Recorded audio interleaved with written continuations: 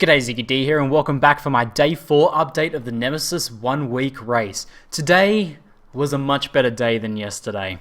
And as you probably would expect after hearing about my story last night with resetting my router and finally fixing my latency, so much better to play today. Just a lot of fun, and my character has made leaps and bounds in terms of progression. And in fact, I just before I started recording this, Amy checked the rankings, and I was about 120.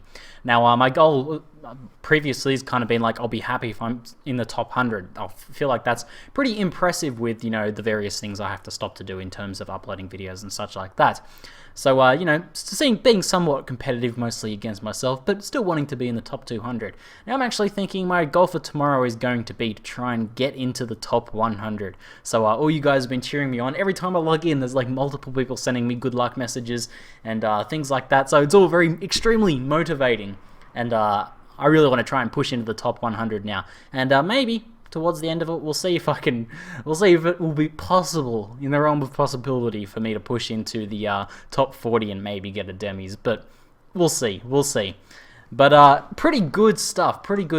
So, I started off the day by jumping on and doing, I did a little bit of Lunaris farming, a little bit of Dox farming last night, and a little bit of Lunaris farming this morning. My original plan in terms of getting into the endgame progression was to farm a lot of Lunaris, do a lot of Piety farming, and get a lot of gear and currency that way to trade. I did do a lot of trading over the course of today, but some of this came from maps and some of this came from Lunaris runs, kind of all over the place, not really exactly to my plan.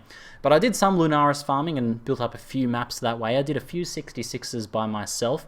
And the Lunaris stuff's pretty good. I'm able to clear Lunaris pretty fast now. I just recently bought a nice bow upgrade as well, which I'll show you guys in a minute.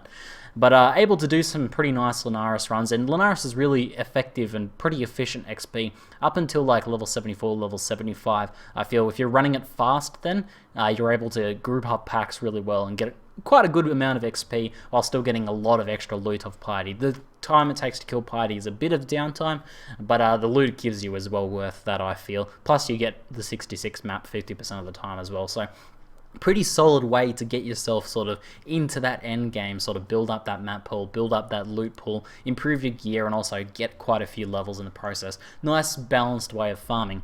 But I did a bit of that, but then I got an invite into a map group, and the map group I got invited to was the one that has people like Sailor Moon, Sailor Luna, and a few of the other people that are in the top 10. So this is one of the top few mapping groups as well. So I ended up running a few 69s and 68s with those, and that was actually before I tried 166 before that, and you know, it was okay. It went okay.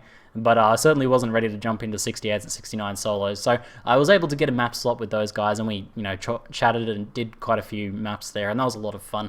A lot of them are playing Summoners. Summoners very popular in this 1 week race, and with good reason. Lots of Spectre. There's so many different tricky things you can do with Summoners. You can have lots of Skellies that are really strong and just never die. You can have the same thing with Zombies, and you can raise crazy Spectres, like but the bubble Spectres that protect you from pretty much all damage sources as long as you're in the bubble and the enemies are outside the bubble, and the righteous fire mobs as well, which just burns down people. So that was pretty fun. I did probably 10 maps total with those guys, and got a few levels that way. That was pretty nice stuff. And then I jumped back into doing some of my own mapping, some more switching between Lunaris and mapping runs, and doing a bit of trading that way. But overall, pretty solid day of progression. Now let's switch over to my character, and I'll show you guys how it's going. But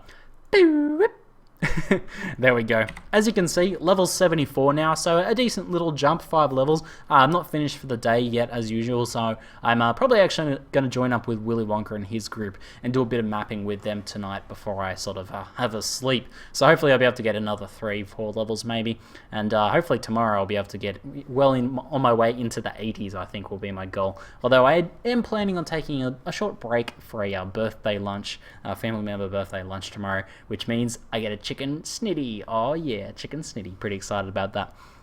But level 74 on the Rhinovirus Ranger, she's going very well. Let's take a look at this bow upgrade. I purchased this today for 11 chaos. I was going to almost say 11 exalts. That's pretty crazy. But it's about 255 DPS, I believe, and very high on the Fizz DPS as well. I had a few different options of bows, but you really want to go for pure Fizz bows moving into Endgame with any sort of Fizz scaling build, because we get the most benefit from that, and we get a lot of extra conversion and things like through Hatred and added fire and stuff like that. So works really nicely. It's pretty decent bow, attack speed, and the double Fizz damage roll there.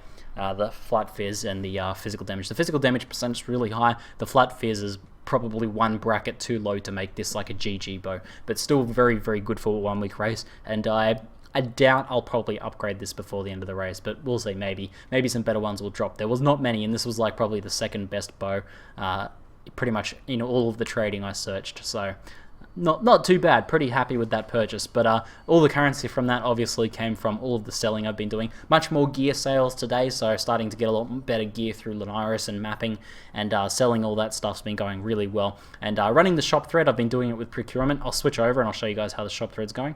But I've been using procurement a lot more now, and it's working a lot better as well. Quite a few different things in the shop now, and actually been finding some pretty nice little gear pieces that sell pretty well. So, and definitely, as I said, pricing everything with buyouts has been helping me move a lot of stuff as well. So I'm pretty consistent and pretty frequent trades, and been making quite a bit of currency that way as well. And I've also found a few items that I know straight away I can just go, I found this, I know this is going to sell on trade chat immediately. Like, found a dagger with like 130% fizz damage. I like throw that up for 6 chaos on trade chat, and instant sale pretty much. So pretty good stuff. I tend to underprice stuff. I tend to lean on the underpricing side, but that sort of thing doesn't really bother me because I'm moving things quickly, having as little downtime as possible, and pretty nice stuff. But in terms of other gearing progression on the character, I've just been trying to like sort of balance out my resists more. I'd like to get all these around the 90 mark so that I can better adjust things in the future. If there's a more balanced, I can better swap around my gear.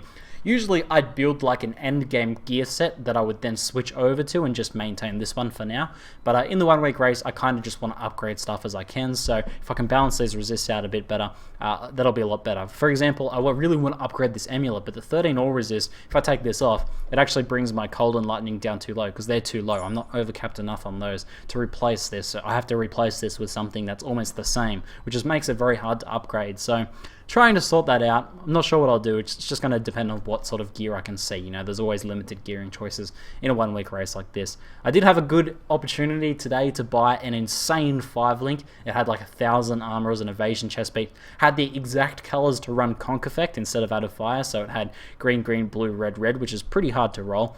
And could have bought that outright, but it was way too expensive, and the trader was asking for a pure exalt and all this sort of stuff. Just made it not worth it, and I'm glad I didn't, because I ended up getting this bow, which is a much better upgrade for my character overall. And other than that, I don't think too much else has changed in terms of gearing, but just improving things where I can, and just little tiny increments as I go, trying to minimize the amount of time I have to spend outside of mapping and farming and stuff like that. So leaving trade chat up a lot of the time, more so than I usually do, that's for sure.